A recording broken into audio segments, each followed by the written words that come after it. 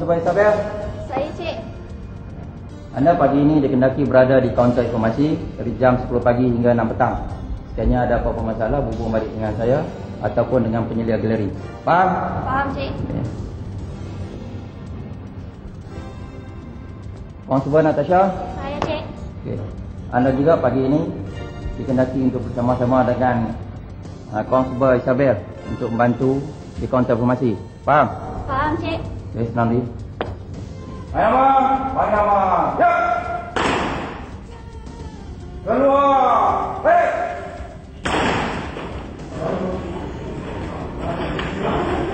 Baiklah kawan-kawan, kami berdua sekarang ini sedang berada di pekarangan Museum PDRM.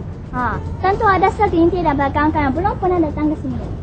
Bagi kawan-kawan yang bercita-cita ingin menjadi seorang anggota polis, jangan lupa untuk menyaksikan rancangan ini hingga ke akhir siaran.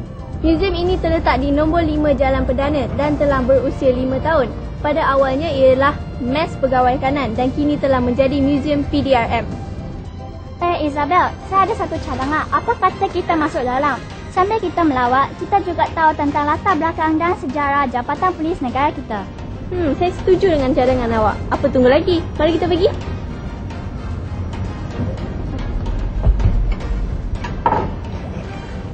Kawan-kawan, di belakang saya ni merupakan pakaian seragam pertama seawal tahun 1400 yang digunakan oleh pengawal pada zaman Kesultanan Melayu Melaka. Apa kata sambil kita meninjau di sekitar kawasan ini, mari kita sama-sama mengupas isu kita pada episod kali ini. Isu kita pada episod ini tidak kurang hebatnya sesuai dengan tema kita iaitu keselamatan dan perundangan. Kita akan bawa kawan-kawan mencukil isu buli. Untuk keterangan yang lebih lanjut, saya sempat membuat laporan tentang isu buli ini. Mari kita sama-sama saksikan.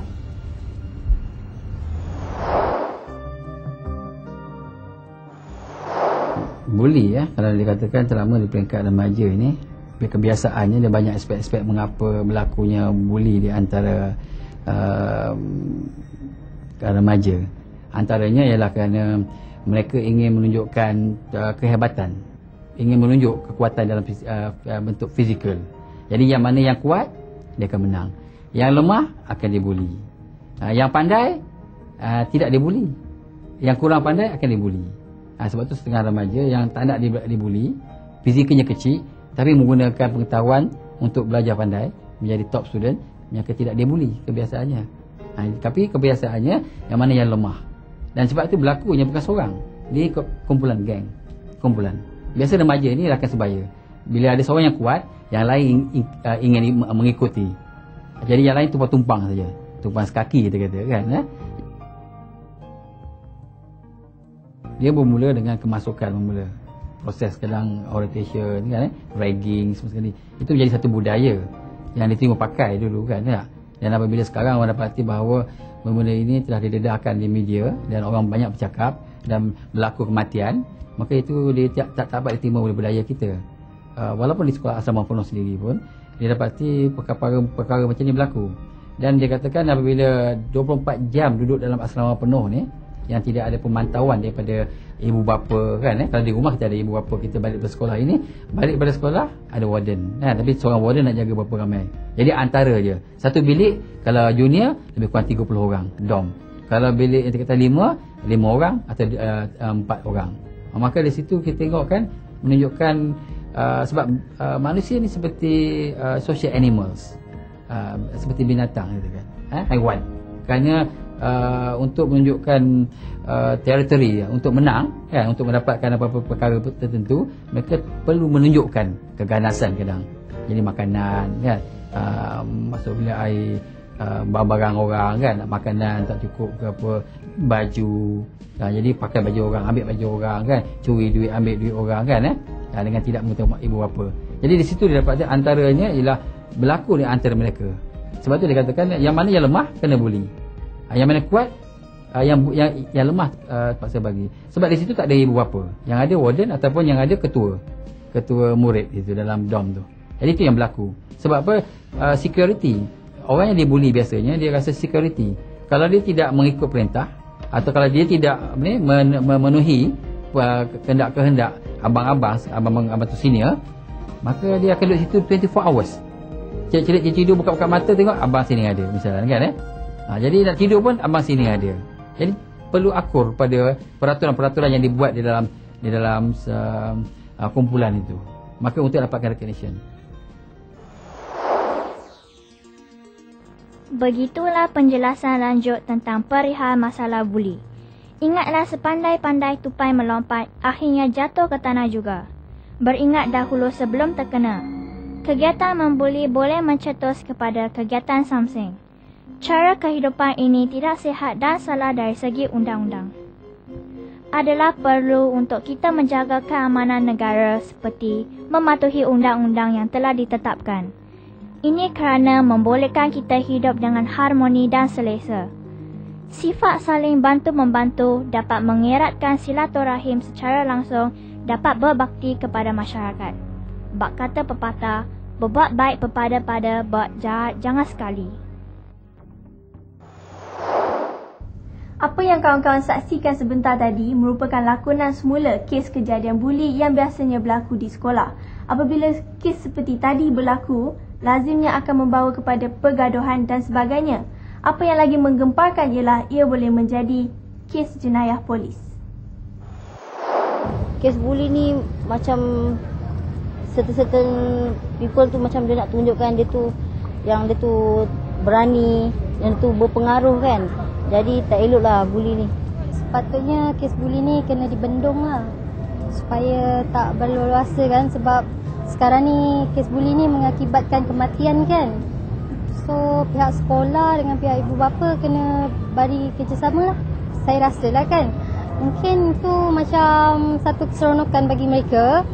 Sebab bagi diorang mungkin diorang rasa kalau membuli orang tu diorang rasa lagi bagus kan, lagi kuat dekat sekolah tu. So nanti diorang takkan diganggu oleh budak-budak lain lah. Buli kat sekolah ni mungkin atas didikan sebenarnya. Mungkin student dia macam tak ada kawalan dari family kan. Dia buat perkara-perkara macam mungkin daripada kesan daripada TV, apa yang dia ikut, apa yang dia nampak kan. So maknanya dia ikut-ikut lah. Dia gunakan apa yang dia nampak tu untuk kawan-kawan. Natasha, saya ada satu cerita nak dikongsikan bersama awak. Kongsi tentang apa, Isabel? Semalam saya baru berjalan balik dari sekolah. Saya ternampak ada lelaki buta ni. Dia sambil membawa beg besar. Dia nak menyeberangi jalan itu. Saya berada di seberang jalan je. Baik, macam ni ceritanya. Saya ternampak ada seorang budak lelaki terlanggar bahu orang buta itu sampai menyebabkan dia terjatuh. Mujurlah dia terjatuh di bahu jalan je. Lepas tu budak lelaki tu jalan je terus sampai menghiraukan lelaki buta yang jatuh itu. Apa lagi, saya nampak saya terus bergegas kepada orang buta itu dan menolongnya. Rupa-rupanya orang buta itu memang tak biasa dengan kawasan sekitar rumah saya dan dia sebenarnya tengah menunggu teksi. Lalu saya membantunya untuk mendapatkan teksi. Kesian betul orang buta itu.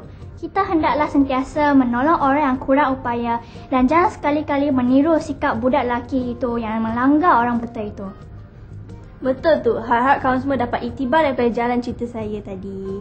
Apa kata kita melihat sketsa kita pada minggu ini yang tidak kurang hebatnya. Sama-sama kita saksikan.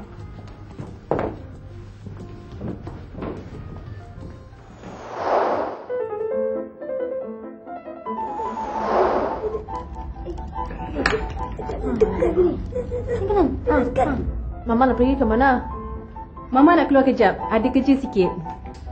Saya bosan lah. Marilah kita buat benda lain. Kita nak buat apa? Eloklah kita main PlayStation ni. Saya ada satu cadangan. Apa dia?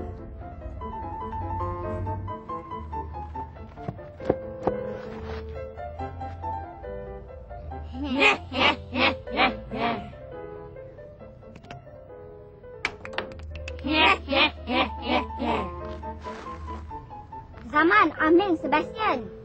Marilu! Awak semua buat apa di sini? Saya jalan-jalan.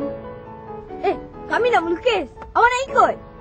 Sebastian, awak tak boleh buat begitu. Kenapa saya tak boleh buat begitu? Awak ni tak elok lah. Jangan merosakkan harta benda awam. Sibuklah dia ni. Suka hati kami lah. Orang lain pun buat juga. Kenapa saya tak boleh buat? Kenapa awak kena ikut orang lain? Awak nak jadi pak turut? Berikan saya marker pen awak. Kalau tak, saya beritahu ibu bapa awak.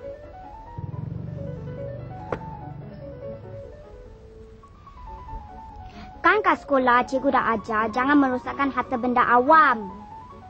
Yalah, kami tak buat lagi. Apa?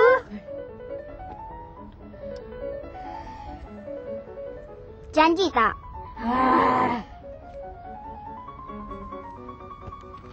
Janji tau.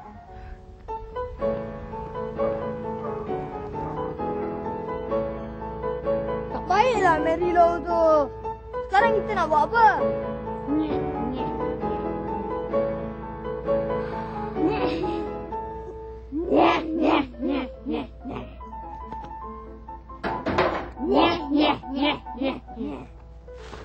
Hei, kamu tiga buat apa tu?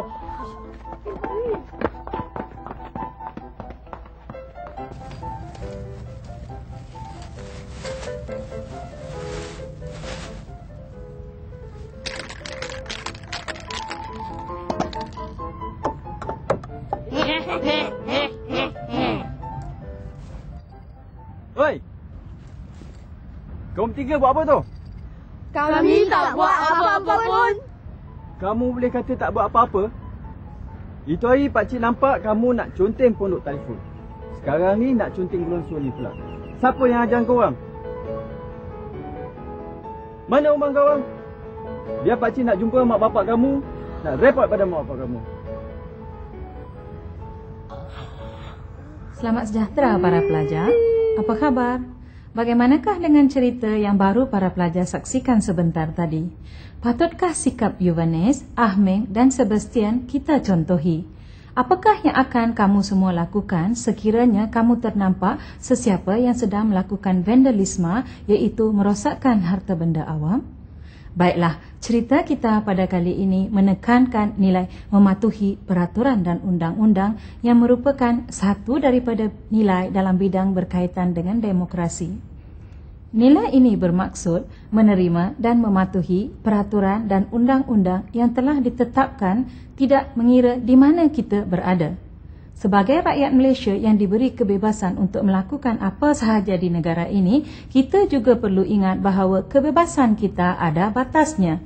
Kita tidak boleh menyalahgunakan kebebasan yang diberikan sehingga melanggar peraturan atau undang-undang yang ditetapkan. Peraturan dan undang-undang bertujuan untuk mendisiplinkan kita supaya tidak bertindak keterlaluan. Dalam cerita tadi, jelas bahawa ketiga-tiga rakan baik tersebut tidak mematuhi peraturan. Pondok telefon dan taman perumahan merupakan antara kemudahan awam yang disediakan oleh kerajaan untuk kegunaan orang ramai.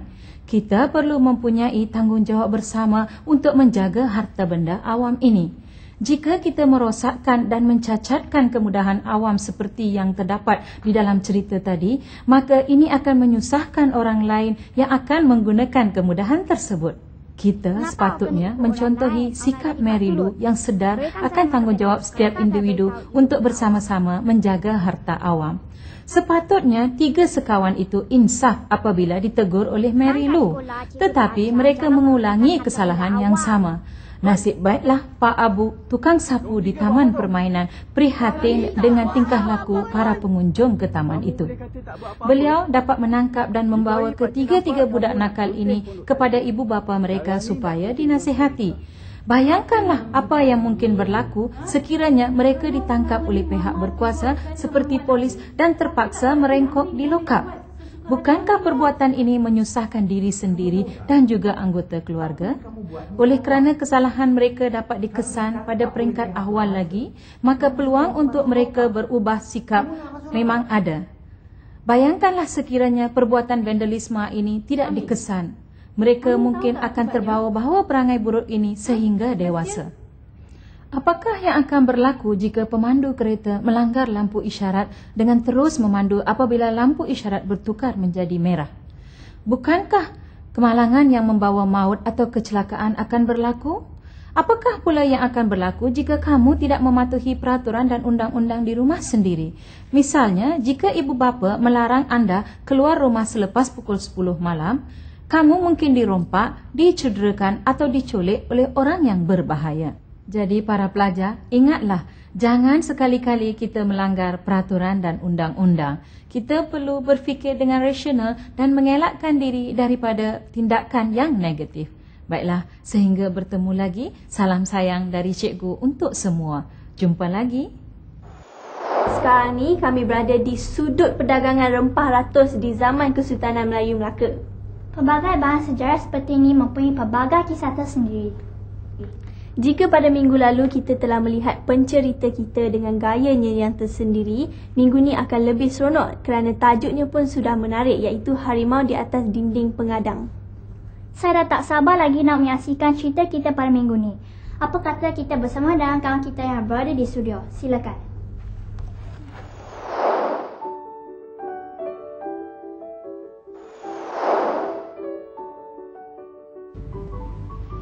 Bersama saya lagi, Wong Airi, dan pada kali ini kita akan mendengar cerita dari Korea Utara yang bertajuk Harimau di Atas Dinding Pengadang. Pada zaman dahulu, seorang pembesar baru dilantik. Dia sangat kejam. Sebaik sahaja bertugas pada hari pertama, pembesar itu menjalankan arahannya dengan segera, iaitu pegawai-pegawainya dikehendaki menangkap orang yang bijak pandai. Pembesar itu berpendapat rakyat menentang kerajaan disebabkan golongan bijak pandai yang mendorong dan menjadi pemimpin mereka. Orang yang pertama ditangkap sudah tiba di pejabatnya. Pembesar itu melihat kepada orang tersebut. Tidak disangka-sangka orang yang dibawa hanya seorang budak kecil. Pembesar itu berasa amat marah lalu memarahi pegawai-pegawainya. Saya mahu kamu menangkap orang yang bijak pandai. Adakah budak kecil yang masih mentah ini dianggap sebagai orang yang bijak pandai? Halau dia keluar. Pada masa itu, pegawai yang lebih tua daripadanya berjalan ke hadapan lalu berkata, "Jangan pandang rendah terhadap budak kecil ini. Dia amat bijak.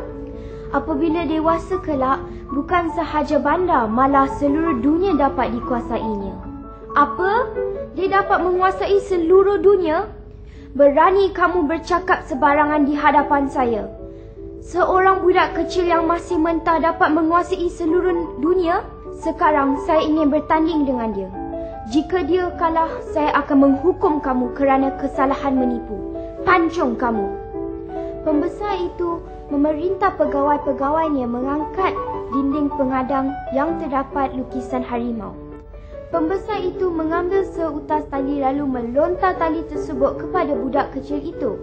"Kamu ambil tali itu, ikat leher harimau dan tariknya keluar," kata pembesar itu. "Ya, saya patuhi arahan tuan." Budak kecil mengambil tali, berjalan keluar pintu, menoleh kepada pembesar. Lalu berkata, "Tuan, saya jaga di luar pintu. Sila tuan ambil kayu, ketuk belakang harimau. Halau ia keluar. Saya akan mengikat lehernya, lalu menariknya ke depan tuan." Setelah mendengar kata-kata budak itu, pembesar menjadi marah. "Kamu sudah gila. Siapa yang boleh menggunakan kayu untuk menghalau harimau keluar dari lukisan?" Budak itu membuang tali ke sebelah, lalu ketawa terbahak-bahak dan kemudian berkata, "Kayu tidak dapat menghalau harimau keluar dari lukisan itu. Jadi, bagaimana hendak menyariknya dengan tali?" Pegawai-pegawai yang berada di situ semuanya ketawa. Pembesar itu tidak dapat berkata apa-apa lagi dan terus pergi dari situ. Baik kawan-kawan, nilai moralnya ialah jangan membuli seseorang sehingga melakukan sesuatu yang mustahil. Terima kasih. Seronok betul mendengar kisah tadi. Sungguh berbakat pencerita tadi. Sekarang saya, Isabel dengan Sarjan Rozia akan meninjau di sekitar galeri senjata ni. Baiklah Sarjan, boleh ceritakan sikit dari mana senjata ni datang? Untuk makluman, senjata api yang dipamerkan di dalam galeri ini adalah senjata api rampasan polis semasa zaman darurat. Baiklah Sarjan, apa pula cerita dengan senjata-senjata di sini? Okey, di dalam galeri sebelah sini pula, senjata yang dipamerkan ni adalah senjata berjadual. Berjadual? Apa maksud berjadual? Okey, senjata berjadual ni adalah salah jika memiliki tanpa kebenaran. Baiklah, Sarjan Rozia, ini digunakan oleh kongsi gelap yang mana satu? Okey, untuk makluman, senjata api di dalam galeri ini adalah senjata api yang dirampas dari kumpulan botak Chin pada tahun 1976. Boh Tak Chin adalah seorang penjenayah yang paling digeruni di Malaysia pada satu ketika dahulu. Jadi dia telah pun ditangkap dan telah dihukum gantung sampai mati. Oh, pada tahun berapakah dia mati? Tahun 1976. Jadi inilah antara senjata-senjata yang pernah digunakan oleh Boh Tak Chin. Beliau berasal dari Johor Bahru. Beliau berdarah campuran Bugis dan Turki. Beliau adalah orang yang bertanggungjawab menubuhkan UMNO pada bulan Mei 1946. Beliau menerajui kebangkitan orang-orang Melayu menentang penjajah. Beliau meninggalkan UMNO dan menubuhkan Parti Kemerdekaan Melaya. Beliau meninggal dunia pada tahun 1962 dengan jasa yang tidak terhingga kepada sejarah tanah Melayu.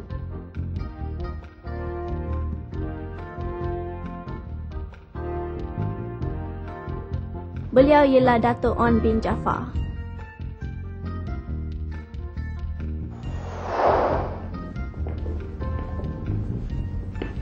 Kawan-kawan, mematuhi peraturan dan undang-undang merupakan tanggungjawab setiap insan. Sikap ini secara langsung dapat mendidik mutu disiplin kita dan menjadikan kita seorang remaja yang berhemah tinggi dan dihormati. Justru itu, kita memerlukan mereka yang lebih arif untuk menilai kebaikan sesuatu keputusan yang kita ambil. Sebagai renungan, kita bersama Profesor Madya Dr. Fazil Cik Din untuk mengulas isu pada episod kali ini. Demokrasi adalah merupakan satu cara kehidupan yang dianjurkan untuk semua rakyat warga negara Malaysia di dalam negara yang tercinta ini. Tetapi apabila kita mahu mewujudkan demokrasi itu, apakah makna, apakah keperluan yang perlu ada? Salah satu daripada sifat ataupun ciri demokrasi yang paling penting adalah keupayaan kita untuk nak menerima pandangan orang lain dan juga untuk nak menyatakan hak kita. Dan juga di dalam konteks ini, hak kita yang perlu kita jalankan di dalam proses untuk nak menerima peraturan-peraturan yang ada di dalam negara. Demokrasi adalah merupakan satu amalan yang memerlukan kepada keadaan disiplin diri yang tinggi. Disiplin diri yang tinggi akan dapat membantu untuk kita memahami apakah peraturan yang perlu kita ikut dan juga peraturan-peraturan yang sepatutnya boleh kita cuba masukkan di dalam diri kita untuk dijadikan sebagai satu amalan. Disiplin diri memerlukan seseorang mematuhi peraturan. Mematuhi peraturan memerlukan tingkah laku dan juga pemikiran-pemikiran yang bertanggungjawab. Sebagai seorang pelajar, sekiranya kita mahu untuk mendisiplinkan diri mematuhi peraturan orang lain ataupun mematuhi peraturan organisasi yang ada, apa yang perlu kita buat adalah kita cuba untuk nak bertanggungjawab di atas diri kita sendiri di dalam proses untuk nak memahami apakah itu kehidupan dan juga apakah itu peraturan yang diletakkan di atas diri kita. Ada banyak peraturan-peraturan yang perlu kita ikut, sama ada di rumah, di sekolah ataupun di dalam masyarakat kita. Tetapi paling banyak sekali peraturan yang perlu kita pelajari adik-adik adalah di sekolah. Di sekolah memerlukan kita memenuhi dan juga mengakui tentang kewujudan orang lain. Banyak kes-kes yang berlaku di mana peraturan telah pun dilanggari. Dan antara yang paling banyak timbul adalah kes buli. Kes buli adalah merupakan satu kes di mana individu tidak tahu untuk nak memenuhi keperluan orang lain. Kita datang ke sekolah untuk memenuhi macam-macam keperluan. Keperluan mental kita, keperluan perasaan kita dan juga pertumbuhan fizikal.